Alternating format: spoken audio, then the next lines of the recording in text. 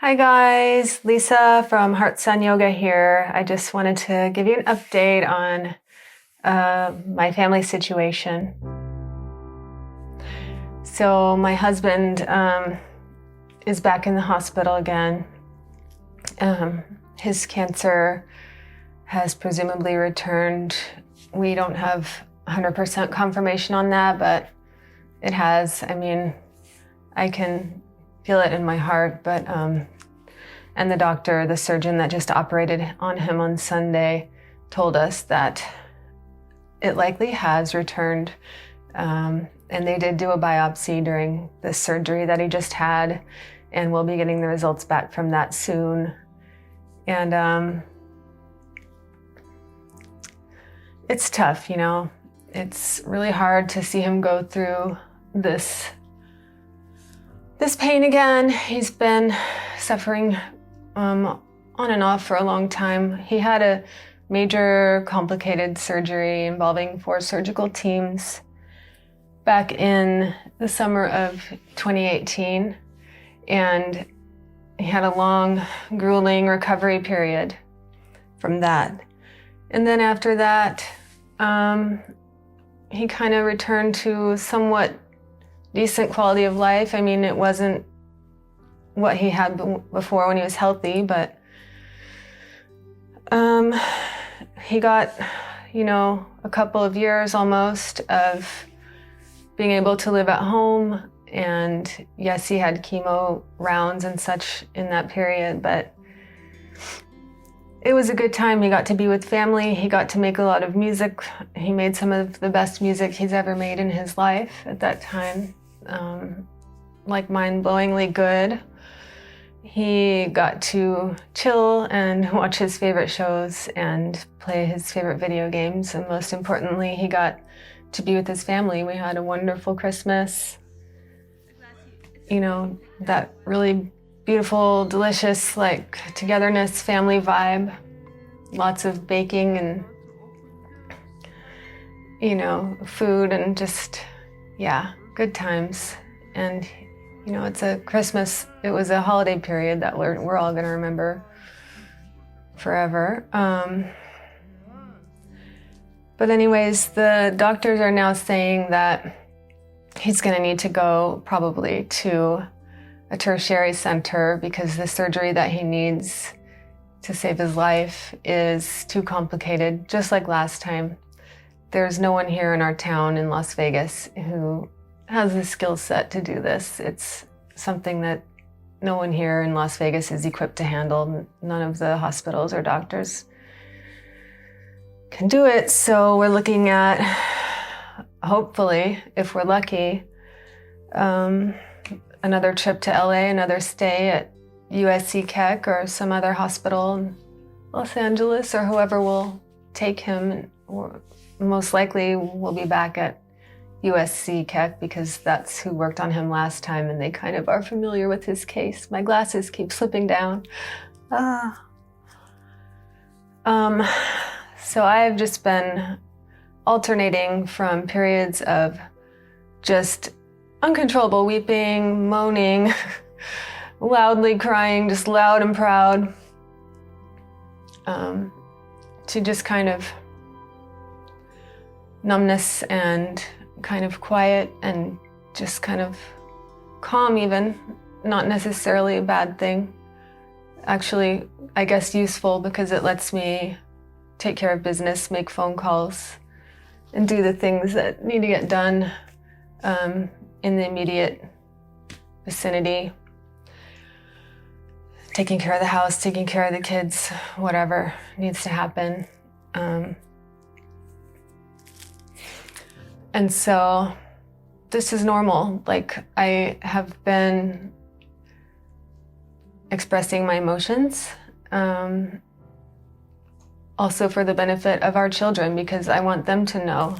And I've said this to them, and I'm saying it to all of you too, because I think it's an important self-care tip and emotional health tip. And that is, if you're going through something big and serious, and who doesn't at some point in their lives, you gotta let yourself feel your feelings. You gotta let yourself experience deep sadness. You gotta sit with it. It doesn't matter. I don't care if it takes all day. If you're crying nonstop for a full day, hopefully you can release some of the tears and then feel a bit better for a period of time and get up and, not completely succumb to like deep depression. And I think the way to do that is to fully feel your feelings, let yourself cry. It hurts. I'm not gonna lie, it's painful. It's hard to do. It's hard not to try to go and distract yourself and find something that makes you feel better immediately. It would be easy to go on YouTube and watch happy videos or play a game or just do anything other than sit with sadness. But sometimes for the sake of your psychological health, you just have to allow that and you have to kind of go through it.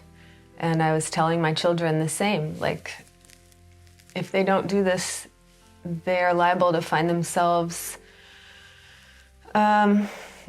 dealing with anger management issues a few years down the road.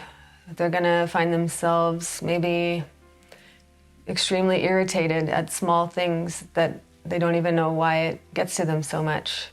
They're gonna find themselves having difficulty sustaining healthy relationships. All of these things can happen. They could even develop a dependency on illicit drugs. I mean, I hope not, but I do believe that a lot of the issues that a lot of people have are a result of unprocessed emotions.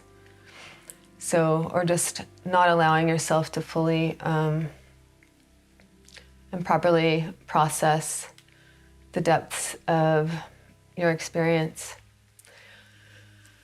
I hope that makes sense. I've been telling my children that I'm a little out of it. My brain is a little bit lacking, or right now at this time, it's not at full capacity. I'm just not. My operating system is kind of hamstrung. I'm trying my best to keep it together. So we might be going to Los Angeles soon. The other thing I wanted to talk about was coronavirus, because in the midst of our personal family crisis, there's also a global pandemic happening. And some of the entities are saying that we should be self-isolating, that this is serious enough that it warrants canceling public events, and it warrants having most people work from home if they're able. The country of Italy suspended mortgage payments for the month, and I think that's a good idea, honestly. I don't think it's panicking. Panicking implies kind of stupid, irrational actions that don't make sense and just overreacting, basically. But I just think that nationwide, socially isolating for a time is just acting out of an abundance of caution. And I think it's better to be safe than sorry. And anyway, it would reduce the nation's carbon footprint for a while. If less cars are on the road, that could be a good thing. And I think it could be beneficial to society too, for employers to see the benefits of allowing their employees to work from home sometimes when it's needed, when something's going on, when someone has a long-term, say, caregiving situation where they really can't make it to work consistently on a solid schedule because of things, extenuating circumstances. Employers should start to gain a greater awareness that there are many benefits to allowing your employees to stay home if you're in the type of industry where that's at all possible.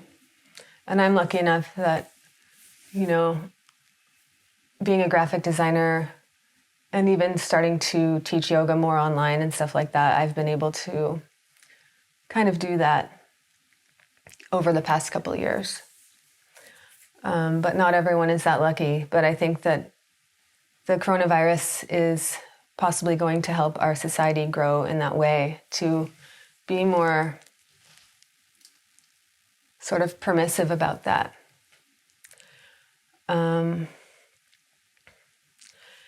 And people have already been asked to kind of stay home when possible, not go out if not necessary, and limit unnecessary travel. And it's funny because when my husband had to go to the ER on Friday, they had someone like a guard at the front door of the ER, and she had on a mask and gloves and big buckets of hand sanitizer on either side of her, and she was asking everyone who came through the door, "Are you coughing? Have you got a fever? Have you traveled to any areas that have, danger levels of this virus?" And we said no to all of those because we were in there for a totally different reason. And so they let us in, and I thought, oh, great, they're screening for this virus. That means there won't be people coughing in here. That's good. I don't have to worry about that. Then I noticed 2 hours later, suddenly I was surrounded by coughing people coughing pretty seriously. Like they were very sick, probably with the flu, because I don't think there at that point have been any coronavirus cases in my town, but who knows. And so basically we went to a potential epicenter and sat there for 4 hours, surrounded by coughing people with no masks. And one of the men who work at the hospital, I think he was a male nurse, was telling us, basically he said, "Oh yeah, everyone's freaking out about this coronavirus." And he said, yesterday in the ER, there was a woman just coughing super loud with no mask on. And another woman approached her and said, you should be wearing a mask because you're infecting everyone in this room with whatever it is that you have. And the woman with the woman with the cough without the mask just continued coughing and stood up and walked into the middle of the ER and sat down there and sat in the middle of the room coughing with no mask for another couple of hours until they took her back. So everyone I've told this story to says, oh yeah, the woman asking for the mask was right in this situation. And I agree. And I have no idea what the motive was for the other one to kind of want to spread her condition around, it seems. But it's just a crazy situation, and we're dealing with it globally. And I do think that the vibrations of this whole earth are changing, and, things are getting serious. And I like to downplay it and say that it's not so serious and that the flu, kills a certain number of people every year, and this is no different. But it seems to me that it might actually be different this time. So in the midst of this situation where they're advising everyone not to travel unless it's vital, guess what? We're going to be called to travel because it's vital that my husband gets to Los Angeles. Last time this happened, we took an air ambulance, which was an airplane equipped with medical equipment and EMTs, to Los Angeles. And we're probably, hopefully, if we're lucky enough to actually get my husband this life-saving surgery that he needs, we're probably going to be going again soon, like within a matter of days, hopefully. And if I thought that my little ER here in Las Vegas was kind of a ground zero or potentially a ground zero for coronavirus. I'm thinking the one in the ER in LA and the hospital in LA is probably even more so because of the fact that LA is on the coast and LAX is nearby, and people from all over the world are circulating right through. It's a major, major hub city for the whole of the US. You know, just this kind of thing increases the likelihood of me and my husband, who's very vulnerable health-wise, he's very medically fragile, us being exposed to this thing. So the thought of traveling there is scary. I'm not going to lie. There's a part of me that doesn't even want to do it. I don't really even want to leave my house right now. If I had the choice, I'd just be probably staying home in my little introvert heaven, because I'm an introvert. You know, in recent years, I've been kind of on the fence about it, getting a little more extroverted with being a yoga teacher and just meeting more wonderful, open-minded people, like-minded people all the time has kind of brought me out of my shell a little bit. And so maybe I'm now kind of both, an ambivert. But yeah, I've always identified as introvert since childhood. Of course, people like me kind of enjoy the thought of just staying in our homes all the time. But at any rate, the universe is calling for my husband and I to travel by air to a very populous town, very populous epicenter of kind of what's going on in the macro. It's a microcosm of that, if you want to look at it that way. It's kind of a little sample of the whole world. And again, forgive me, I'm struggling to find words. My sleep isn't what it normally is. And my brain is just not at its full capacity right now, as I said before. So anyways, we have to meditate on that, on finding a way to find the courage and the strength and the faith.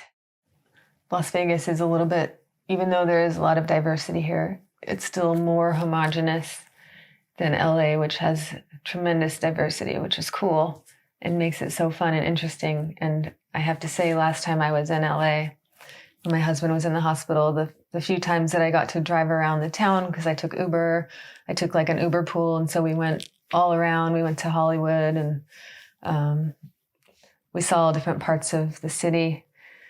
And it was really fun and exciting for me, actually, just to get to be kind of a tourist and sitting in a car and looking around and seeing what was going on.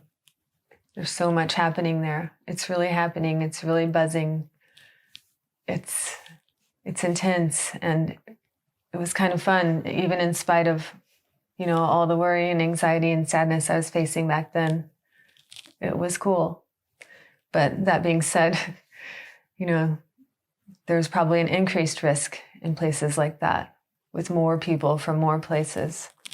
And that's not me being xenophobic or hateful, because I love all people from all cultures. I love all people. And I think that everyone should be welcomed. Although I think sick people should be quarantined, obviously. But like, it's not about being afraid of other people or cultures. It's just the fact is that the more you're exposed to other places during a pandemic, the higher your likelihood of exposure to that pandemic is. So anyway, at the same time, in spite of all that, I still want to go. I mean, I don't want to go, but I do want to go because we need to go. So I am trying to detach from outcomes once again, detach from, you know, desiring that this goes a certain way, and just have faith that whatever happens will be in our highest and best good.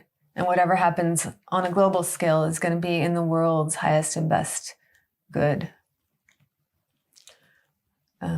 Because we're not alone in our lives. We're all interconnected, and this planet is not alone in the universe. The universe is a vast place beyond even most of our human understanding. Maybe like astrophysicists get it, maybe particle physicists get it to some extent, but those of us who are just regular people, even yogis and yoginis have a tough time grasping the enormity of the universe. And in meditation, we might have a chance of feeling it, of experiencing it like through our soul. And I've experienced that before. And sometimes it just hits me in waves, and sometimes I get it. The point is, whatever happens in our world is part of a bigger plan. And it's relating to everything that's going on throughout the whole universe and not just one planet. So for me, that helps. That helps me to move through life with greater courage and a greater sense of acceptance and less fear. So I hope it helps you too.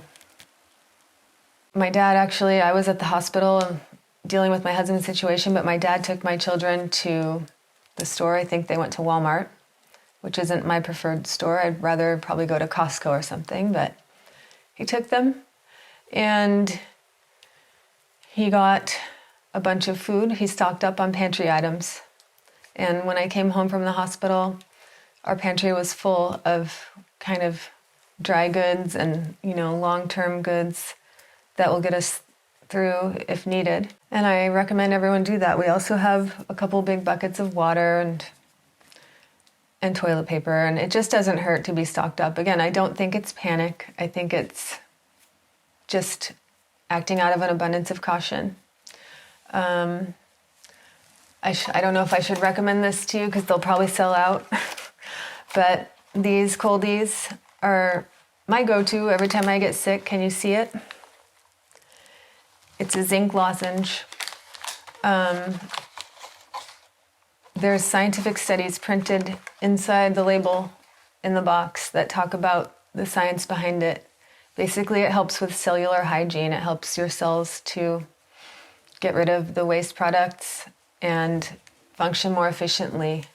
I don't know. I'm not a doctor. I'm just telling you what works for me. Seek medical advice if you think you have coronavirus. Obviously, see your doctor if they allow you to go in, because there's talk about staying home and doing teleconferencing with your doctor. But just do what your medical team advises, of course. But it can't hurt to take the zinc lozenges. I know in my experience in the past when I've been sick, these things really do shorten the duration of my illness, especially colds. But I also took them when I guess it was the flu a few weeks ago, and I got over it within 4 days. I mean, yes, there were 4 days of being in bed with fever, but I came through pretty quickly, relative even to my daughter, who's half my age, younger than half my age. She's 19, and she took 7 days to get well. But granted, too, she was going to school and going out to work. Even though I advised her not to, she was stressed. And she felt that she couldn't jeopardize her college career and her good grades that she currently has because of an illness. And she went out. And I think that she learned her lesson, and I don't think she'll do it again because her friends talked to her and I talked to her. And I think one of her professors, I don't know, might have talked to her or just the whole class as well and said, look, stay home if you're feeling sick. So this was a few weeks ago. It wasn't coronavirus. It was something else.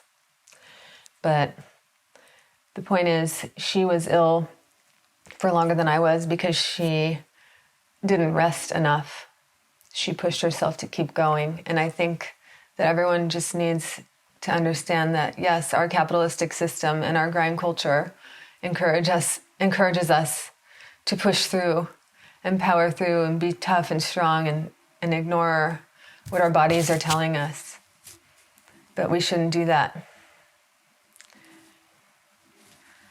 So rest, try to stay home, think about your zinc supplements. I saw a doctor speaking on a news channel. It was a local news channel of another city, but somehow I saw the video. It popped up in my social media feed, and it was very informative. And she was saying, like, to eat vegetables and do what you can to bolster your immune system and not worry so much about masks and hand sanitizer. You know, and I kind of think maybe she was underreacting a bit, and maybe she was being underly cautious as opposed to overly cautious, which I think is preferable. But I did like the advice of, you know, self-care, eating healthy, even getting fresh air, maybe even doing yoga, maybe getting outside into a space that's far away from people, but out in nature, you know, if you can.